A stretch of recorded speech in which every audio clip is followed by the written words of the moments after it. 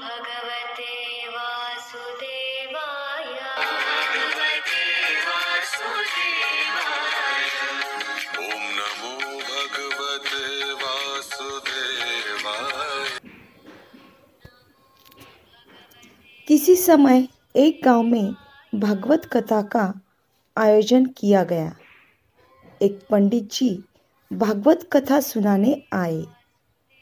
पूरे सप्ताह कथा वाचन चला। पूर्णाहुति पर दान दक्षिणा की सामग्री इकट्ठा करके घोड़े पर बैठकर पंडित जी रवाना होने लगे। उसी गांव में एक सीधा साधा गरीब किसान भी रहता था, जिसका नाम था धन्ना जाट। धन्ना जाट ने पंडित जी के पांव पकड़ लिए। वह बोला, पंडित जी महाराज, आपने कहा था कि जो ठाकुर जी की सेवा करता है उसका बेड़ा पार हो जाता है। आप तो जा रहे हैं। मेरे पास न तो ठाकुर जी है, न ही मैं उनकी सेवा पूजा की विधि जानता हूँ। इसीलिए आप मुझे ठाकुर जी देकर पधारे। पंडित जी ने कहा, चौधरी तुम ही ले आना। धन्ना जाट ने कहा, मैंने तो कभी ठाकुर जी देखे नहीं, लाऊंगा कैसे? पंडित जी को घर जाने की जल्दी थी। उन्होंने पिंड छिड़ाने को अपना भंग घोटने वाला सिलबट्टा उसे दिया और बोले, ये ठाकुर जी है, इनकी सेवा पूजा करना। धन्ना जाट ने कहा, महाराज मैं सेवा पूजा का तरीका भी मैं नहीं जानता, आप ही बताइए। पंडित जी ने कहा, पहले खुद नहाना, फिर ठाकुर जी को नहलाना, इन्हें भोग चढ़ाकर फिर खाना। इतना कहकर पंडित जी ने घोड़े की एड़ लगाई और चल दिए। धन्ना सीधा एवं सरल आदमी था। पंडित जी के कहे अनुसार सिलबट्टे को बतौर ठाकुर जी अपने घर में स्थापित कर दिया। दूसरे दिन स्वयं स्नान कर सिलबट्टे रूप ठाकुर जी को नहलाया। विधवा माँ का बेटा था, खेती भी ज़्यादा नहीं थी, इसीलिए भोग में अपने हिस्से का बाजरी का टिक्कड़ एवं मिर्च की चटनी रख दी। ठाकुर जी से धन्ना ने कहा, पहले आप भोग लगाओ, फिर मैं खाऊंगा। जब ठाकुर जी ने भोग नहीं लगाया तो बोला, पंडित जी तो धनवान थे, खीर पूड़ी एवं मोहन भोग लगाते थे। मैं तो गरीब जाट का बेटा हूँ, इसीलिए मेरी रोटी चटनी का भोग आप कैसे लगाएंगे? पर साफ साफ सुन लो, मेरे पास तो यही भोग है। खीर पूड़ी मेरे बस की नहीं है। ठाकुर जी ने भोग नहीं लगाया। धन्ना भी सारा दिन भूखा रहा। इसी तरह वह रोज एक बाजरे का ताजा टिक्कड़ एवं मिर्च की चटनी रख देता एवं भोग लगाने की अर्जी करता। ठाकुर जी तो पसीज ही नहीं रहे थे। यह क्रम निरंतर 6 दिन तक चलता रहा। छठे दिन धन्ना बोला, ठाकुर जी, चटनी रोटी खाते क्यों नहीं? क्या शर्माते हो? आप कहो तो मैं आंखें मूंद लूं, फिर आप खा लो। ठाकुर जी ने फिर भी भोग नहीं लगाया तो नहीं लगाया। धन्ना भी भूखा प्यासा था। 7वें दिन धन्ना जट बुद्धि पर उतर आया।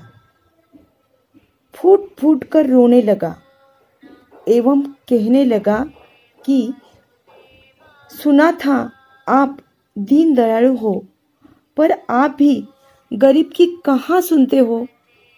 मेरा रखा यह टिक्कड़ एवं चटनी आकर नहीं खाते हो तो मत खाओ, अब मुझे भी नहीं जीना है।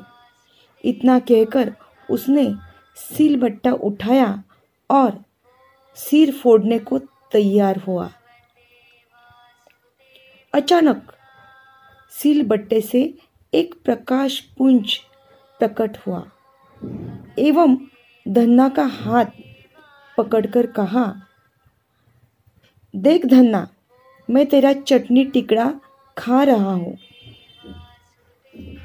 ठाकुर जी बाजरे का टिक्कड़ एवं मिर्च की चटनी मजे से खा रहे थे। जब आधा टिक्कड़ खा लिया तो धन्ना बोला, क्या ठाकुर जी, मेरा पूरा टिक्कड़ खा जाओगे? मैं भी 6 दिन से भूखा प्यासा हूँ, आधा टिक्कड़ तो मेरे लिए भी रखो।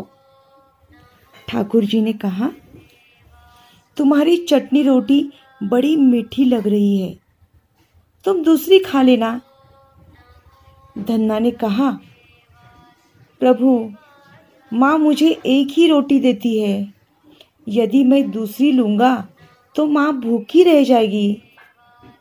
प्रभु ने कहा, फिर ज़्यादा क्यों नहीं बनाता? धन्ना ने कहा, खेत छोटा सा है और मैं अकेला। ठाकुर जी ने कहा, नौकर रख ले। धन्ना बोला, प्रभु, मेरे पास बैल थोड़ी ही है, मैं तो खुद जोतता हूँ। ठाकुर जी ने कहा, और खेत जोत ले। धन्ना ने कहा, प्रभु, आप मेरी मजाक उड़ा रहे हो, नौकर रखने की हैसियत हो तो 2 वक्त की रोटी ही न खा लेते हम माँ बेटे। इस पर ठाकुर जी ने कहा, चिंता मत कर, मैं तेरी सहायता करूँगा।